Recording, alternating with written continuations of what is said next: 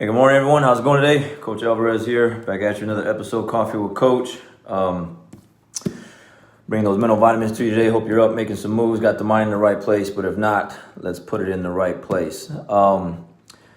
Lately, I've been in this book with the compound effect, Darren Hardy. I listened to it again this morning. Still read a little bit of it as well. But I wanted to share something with you that I've heard many times over, but in different ways from different very successful people. And it goes in correlation with what I've been sharing lately. I think Sunday I started off with the next 5 years. And then the next day, I think Monday was time is of the essence, and so on and so forth. Like looking at the next 5 years, where you want to be, and then taking those steps to put yourself in that position to get to where you want to be in the next 5 years for those, goal-oriented people, individuals. And one of the things I wanted to share with you that I've heard from someone before, guy goes pretty hard. So if you want to check out Dan Pena and you can handle, a lot of swearing, a lot of tough love, Dan Pena is a really good guy to check out. But you got to be able to be ready for, a lot of F-bombs and everything else. Like whatever you can think of is going to come out of this guy's mouth. Kind of similar to like a Gary Vee kind of thing. But very successful guy, helps out a lot of people gain success as well. But Dan Pena goes very, very hard. So you got to really be able to be ready for that. Just giving you a heads up, okay, of the warning there. But Dan Pena is always talking about, or he shares this story about smelling the leather, And what that means is he shares this story when he would go to the Rolls-Royce dealerships to, he couldn't afford a Rolls-Royce yet, but he would just go to the dealerships to go inside and sit in the vehicles and smell the leather.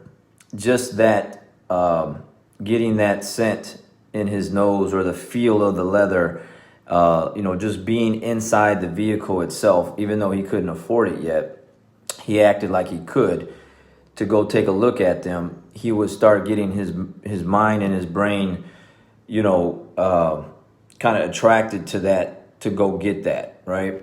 And that's exactly what he did. And then I listened to a lot of Grant Cardone as well, and I'm pretty sure when I listened to Grant Cardone, he shared a similar story where he would drive through neighborhoods with mansions in them. And I want to say, because he was in real estate, if I remember right, there's obviously with mansions, there's probably like a gated type of community, but I guess he knew ways around that. He had codes and whatnot, so maybe he wasn't really supposed to be there, but he was there because he knew certain codes. But he would drive through these very lavish neighborhoods with these mansions, and had his eyes set on these really big houses and where he wanted to be and where he wanted to live. And then eventually he got obviously one of those mansions. Same thing with Dan Pena. Obviously he's got probably plenty of Rolls Royces now. And then I listened to another guy. His name is Ed Milette. Now, Ed Milette is probably for most people because he's gonna go. He gets his point across in a very subtle way to where anyone can listen to it, kids, whatever, teens. He doesn't really swear or anything like that. He just has a different way of getting the same message across as Grant Cardone, Dan Pena, Gary Vee, everyone else. But the way he shares his information is a little more subtle term, very similar to mine. Like I use this this platform to get positive vibes across, but without going hard in the paint with all the swear words and stuff like that. Even though outside of here, I do talk like that, but not here. It's a time and a place for everything, right? So Ed Milette, he talks about, I think it's in Laguna Beach. I'm pretty sure he's in Laguna Beach, California. But he would drive by these houses on the cliffs, on the ocean. And he just, one of those things where, man, that's just what's attracted to him. And he would just be in awe of these houses on the cliffs there on the ocean. And that's where he wanted to live. over time, doing the right things, taking the right steps. Now when he does his podcast, he does his interviews. So Ed Milette interviews a lot of different people. With the background, he's mainly outside. Obviously, it depends on the weather, but he's mainly outside on his like patio, and it's up on this cliff, and in the background is just this beautiful Pacific Ocean view. Okay, and he just said he would take walks along the beach and see different houses and be like, man, I really want to live there, in something similar like this one day.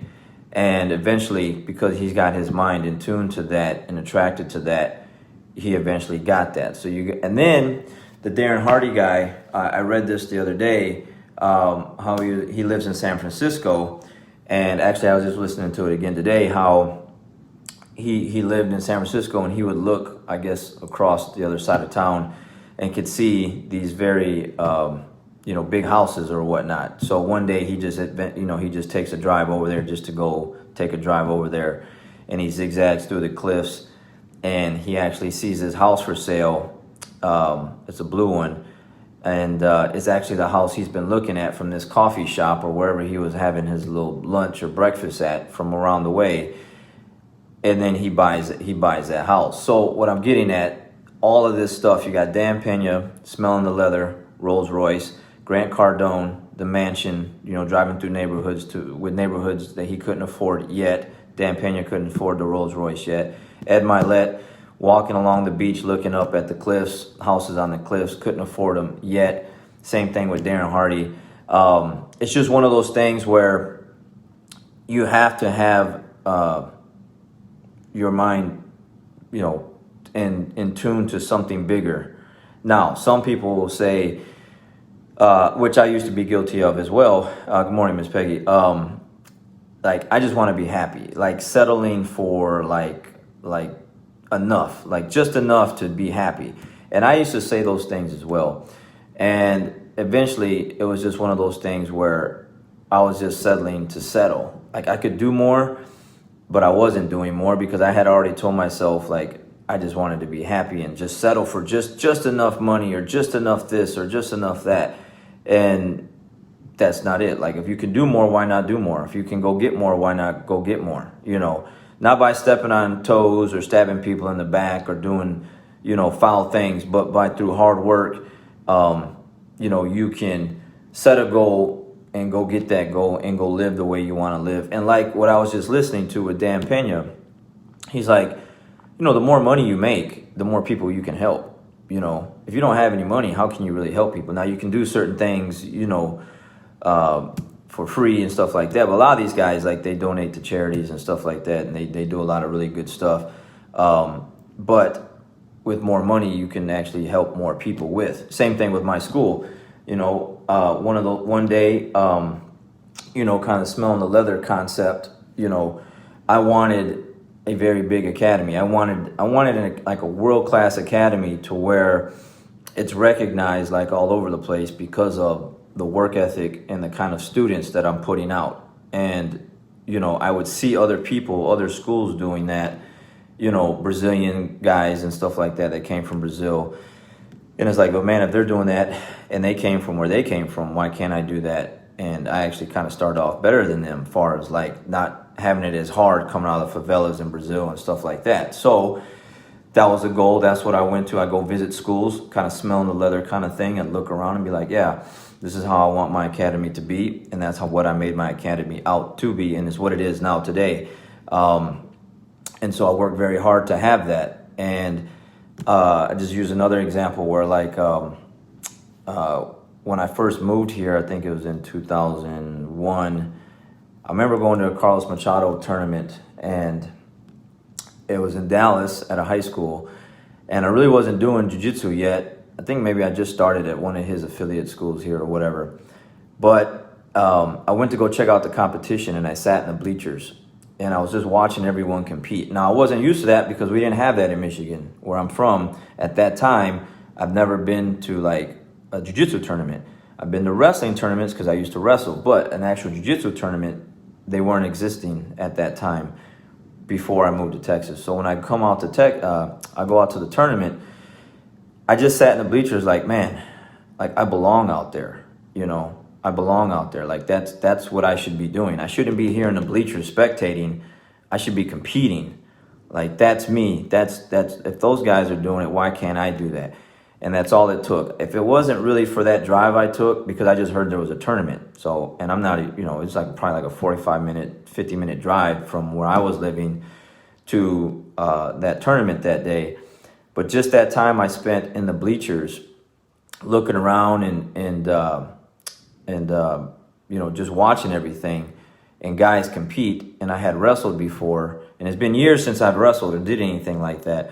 But I was like, that's me. That's what I want to do, you know? So I was like smelling the leather. Basically, I was smelling the mats, you know, just that smell when you walk into a gymnasium and wrestling mats or jiu-jitsu mats. You just, if you don't know, you just don't know. But if you do know, then you know what I'm talking about. And boom, that was it. Like that was it. Like I've been on the hunt ever since. And as a result of basically smelling the mats, the leather that day, I went on to go and compete consistently since that year, since 2002. And now, you know, 3-time master world champion at black belt, 4-time at no-gi. And the list goes on of all the things that I've done. Coach of the year, competitor of the year, Ironman of the year. Like the list goes on. Because of, I went out there one day to smell the leather. Like I wanted to go see what was out there. And it just opened my eyes and my mind to like a bigger and better thing. And then I just worked really hard and gave a lot of blood, sweat, and tears, a lot of time away from my family to go and do that. But it was all worth it because of the things that I've accomplished. That's just me. Some people aren't really about all that, but if that's you and you got something bigger inside your heart and your mind that you want to go do, you need to go smell the leather somewhere. You need to go feel and touch whatever it is that you want to go have.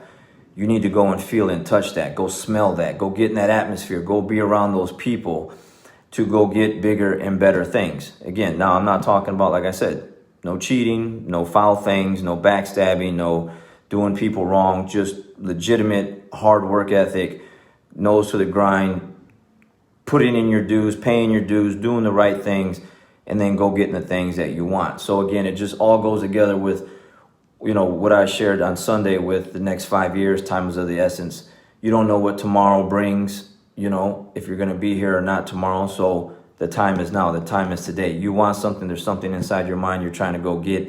You need to get up and go make it happen and make it move, regardless of, you know, how you feel or what's happening around you or what, you know, there's just so many people that just don't think they can do it themselves. So that will kind of grow on you as well. Maybe you don't think you can, but I just shared with you again, Ed Milette, Grant Cardone, Dan Pena, Darren Hardy, you know, my little success story. I'm not living in no mansion and I don't have a Rolls Royce, but I do have a couple nice cars. I got a very nice home.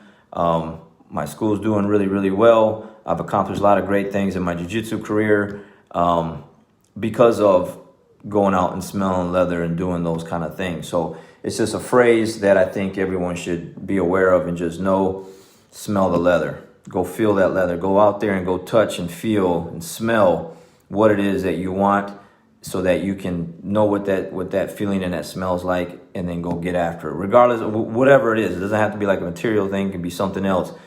But it's just a goal of some sort and then get after it, you know. So anyways, hope that helps. Again, Ed Milette, a little on the softer side, really, really good motivational guy. I highly recommend you listen to that. Grant Cardone's more on the business side.